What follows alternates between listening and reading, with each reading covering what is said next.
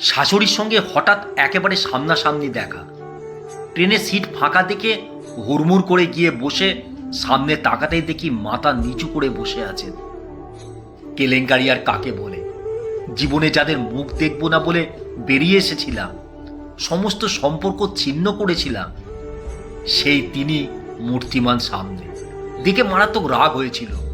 প্রায় মাস তিনেক খোরপোশের টাকা অ্যাকাউন্টে আসছে না। মন মেজাজ খারাপ, বিগড়ে আছে। নিশ্চিত এই ভদ্রমহিলা কিছু কলকাঠি নেড়েছেন।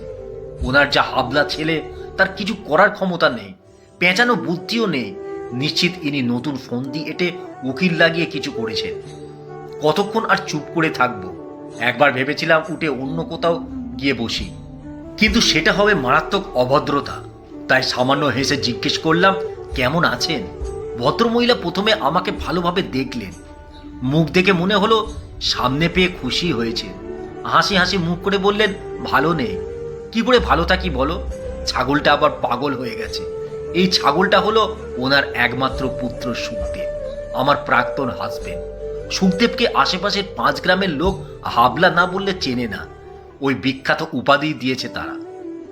হাবলাটা বাপ মরা চাকরি পেয়েছে, ভালো ছাত্র নাকি ছিল এক সময়। ওই পর্যন্তই, বাস্তব বুদ্ধি বলে কিছু নেই। কোথায় কি বলতে হয় জানে না। বউ আর বৌদির ফারাক ধরাই 10 মিনিট লাগায়। একই কথা 50 বার বলে। দিনে অন্তত 8-10 বার স্নান করে। মাসে 15 দিন অর্ধেক বেলায় অফিস থেকে ফিরে আসে। চাকরি নাকি তার ভালো লাগে না। চাকরিওয়ালা ছেলে পেয়ে বাবা আগে পিছে না ভেবে ঠাস করে বিয়ে দিয়ে দিয়েছিলেন। বিয়ের পর শ্বশুর বাড়ি গিয়ে বুঝতে পারি মারাত্মক গাছ বলদের হাতে পড়েছি। পাড়ার বয়োজ্যেষ্ঠরা এসে রঙ্গ করে চিমটি কেটে শুনিয়ে শুনিয়ে বলতে লাগলো, হাবলাটাও বিয়ে করে ফেললো। দেখ বউ কদিন টেকে। সত্যি টিকতে পারলাম না। ইস্তফা দিয়ে কেস করে ফিরে এলাম বাপের বাড়ি। শুরু করলাম ছোটখাটো ব্যবসা। সেই কাজেই যাচ্ছিলাম শিয়ালদা। ছাগলটা পাগল হয়ে গেছে শুনে হাসি পেয়ে গেল। সুখদেব এমনিতে হাফ ম্যাড, নতুন করে আর কি পাগল হবে? শাশুড়ি আমার মুখের দিকে তাকিয়ে বুঝতে পেরেছেন লুকিয়ে হাসছি। দেখে তিনি বিরক্ত হলেন না, বরং আশ্চর্য এক কথা বলে বসলেন। বললেন, কমাস তো টাকা পাচ্ছিস না, গিয়ে একটু ভয় দেখিয়ে আয়। উকিল দিয়ে কিছু করতে পারবি না, নিজে গিয়ে একটু ধমক ধামক দে, দেখবি ভয়ে সুরসুর করে দিয়ে দেবে। টাকার সত্যি দরকার। ব্যবসাটা ভালো চলছে না। প্রায় 1.5 বছর পর যাচ্ছি বদনখালি হাবলাটাকে ধমকাতে। একটু লজ্জা লজ্জা করছে, কিন্তু কিছু করার নেই, যেতে হবেই। ও মা কি কাণ্ড! উঠোনে পা দিতেই দেখি সুখদেব সুটের বুটের সেজে বারান্দায় ইজি চেয়ারে বসে পা দোলাচ্ছে। আমায় দেখতে পেয়ে তিরিং করে লাফিয়ে উঠে দৌড়ে এসে হাত ধরে বলল, মা দেখো কে এসেছে। কি আনন্দ!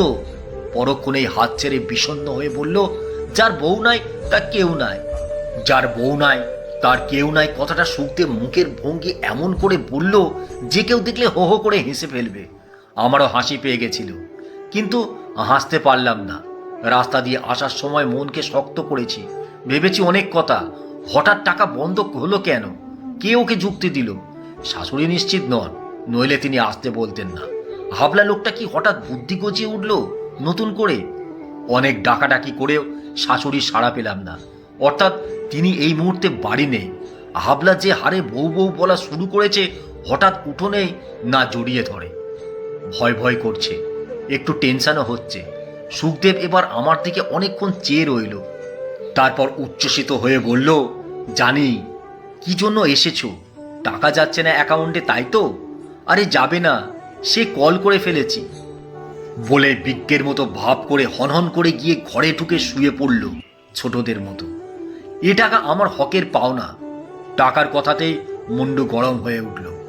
পিছে পিছে আমিও গিয়ে ঢুকলাম সুখদেবের এলোমেলো ঘরে। সামনে দাঁড়িয়ে চোখ মুখ পাকিয়ে বললাম, আমি ফের কোর্টে গেলে কি হবে জানো? পুলিশ ধরে নিয়ে যাবে, ঠ্যাঙাবে, ভালো লাগবে? ধুর, কিচ্ছু হবে না। আমি তো অফিস যাওয়া বন্ধ করে দিয়েছি। বউ নেই, অকারণ খাটাখাটনি করব কেন?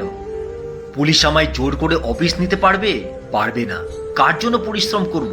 আমার কি খাবার মানুষ আছে নাকি?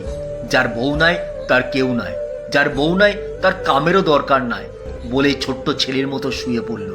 ওরে শয়তান রে! এই কারণে তাহলে টাকা বন্ধ হয়েছে। অফিস না গেলে নিশ্চিত উইদাউট পে অ্যাকাউন্টে টাকা ঢুকবে না। জব্দ করার আচ্ছা ফোন দিয়ে এঁটেছে দেখছি। এবার কি বলবো, মোক্ষম কাণ্ড ঘটিয়ে বসে আছে হাবলাটা। একটু সময় শুয়ে থেকে হঠাৎ সুখদেব উঠে বসলো, খাট থেকে নেমে দাঁড়ালো, তাকিয়ে রইল অনেকক্ষণ আমার দিকে। শেষে মিটিমিটি হেসে বলল, বডিটা আমার শ্মশান হয়ে গেছে। একটা জ্যান্ত বউ চোখের সামনে বিড়বিড় করে হেঁটে বেড়ালে এ ঘর থেকে ও ঘর গেলে সংসারটা তাজা থাকে, এখন সব মরা, সব ফাঁকা বলে মুখের ভাবটা কাঁদো কাঁদো করে ফেললো। ওর ভাব দেখে নরম হয়ে একটু হেসে বললাম, যদি থাকি অফিস যাবে তো? কথাটুকু শেষ না হতে খুশিতে উল্লাসে চিৎকার করে সুখদেব দৌড়ে এসে প্রায় কোলে উঠে বসে এমন ভাব করে বলল, যাব। আমি তো যেতেই চাই, মা যেতে দেয় না, বলে বউ না এলে আর অফিস যাবি না, কিছুদিন বাড়িতে শুয়ে থাক। এবার বোঝা গেল যুক্তিটা কে দিয়েছে। সুখদেবের পক্ষে এরকম উকিলি প্যাঁচ মাথায় আনা অসম্ভব। নিশ্চিত নতুন করে ছেলের বিয়ে দিতে পারছে না, না পারাটাই কথা। জেনে বুঝে এরকম হাবলা ছেলেকে কেউ বিয়ে করতে চাইবে না। ঠিক এই সময় শাশুড়ি বাড়ি এলেন। ঘরে আমায় দেখে খুশিও বললেন, ভালোই হয়েছে তুই এসেছিস, অনেকদিন ভাবছিলাম তোর কথা, ট্রেনে তো ভালো করে কথাই বললি না। যাই হোক, ছাগলটাকে একটু বুঝিয়ে যা। আর একটা কথা, আমি যে ভুল করেছিলাম সে ভুল যেই তুইও করিস না। আমিও তোর মতো ওর বাপকে ফেলে পালিয়েছিলাম। এর তো তবু সামান্য বুদ্ধিশুদ্ধি আছে, ওর বাপের ছিল না কিছু, কিন্তু প্রাণ দিয়ে মানুষটা ভালোবাসতে জানতো। সেটা বুঝতে আমার অনেক দিন লেগেছিল। এই প্রজাতির মানুষগুলো অন্য কিছু না জানুক, বউকে ভালোবাসতে জানে, কথাটা বিশ্বাস করিস বলেই মুখে আঁচল চাপা দিয়ে চোখ মুছতে মুছতে বেরিয়ে গেলেন ভদ্রমহিলা। মাকে বেরিয়ে যেতে দেখে সুখদেবও পিছু পিছু বলতে বলতে গেল, ও মা, থাকতে বলো না, তুমি বললেই থাকবে। ও মা, যাচ্ছ কেন? মা ছেলে বেরিয়ে যেতেই মনটা কেমন খারাপ হয়ে গেল। সেখানেই চুপ করে দাঁড়িয়ে রইলাম স্ট্যাচুর মতো। জানি না কখন যেন নিজের অজান্তেই দুফোঁটা চোখের জল গাল বেয়ে নেমে এলো। সত্যি সুখদেব বোকা, কিন্তু মনটা উদার, বোঝে না অনেক কিছু, কিন্তু ভালোবাসতে জানে। সেই ভালোবাসায় কোনো কৃত্রিমতা নেই, সেই ভালোবাসায় একেবারে নিখুঁত। সুখদেব বাইরে থেকে ফিরে এসেছে, আবার দাঁড়িয়েছে সামনে, তাকিয়ে আছে করুণ চোখে, বড় মায়া ভরা দুটো চোখ। এসেই বলল, দেখলে তো টাকার জন্য কত দূর ছুটে এসেছো, অথচ দেখো ভালোবাসার জন্য ছুটে যেতে পারলাম না আমি। একটু আদর পাওয়ার অধিকার নেই আমার। প্রতিদিন কষ্ট পায়, অথচ বলতে পারি না কাউকে। ভাবলার কষ্টার্জিত অর্থ কাজে লাগে, শুধু হাবলাকে কাজে লাগে না। ভাবলারা সব দেবে, বিনিময়ে সে শুধু শুনবে ভাবলা ডাকটা। কি অদ্ভুত সমাজ, তাই না? বলতে বলতে কেঁদে ফেলল সুখদেব। অনেকক্ষণ সুখদেবের মুখের দিকে চেয়ে থেকে কেমন মায়া হলো, চোখে জল এলো। সুখদেবের কথাগুলো নির্মম সত্য।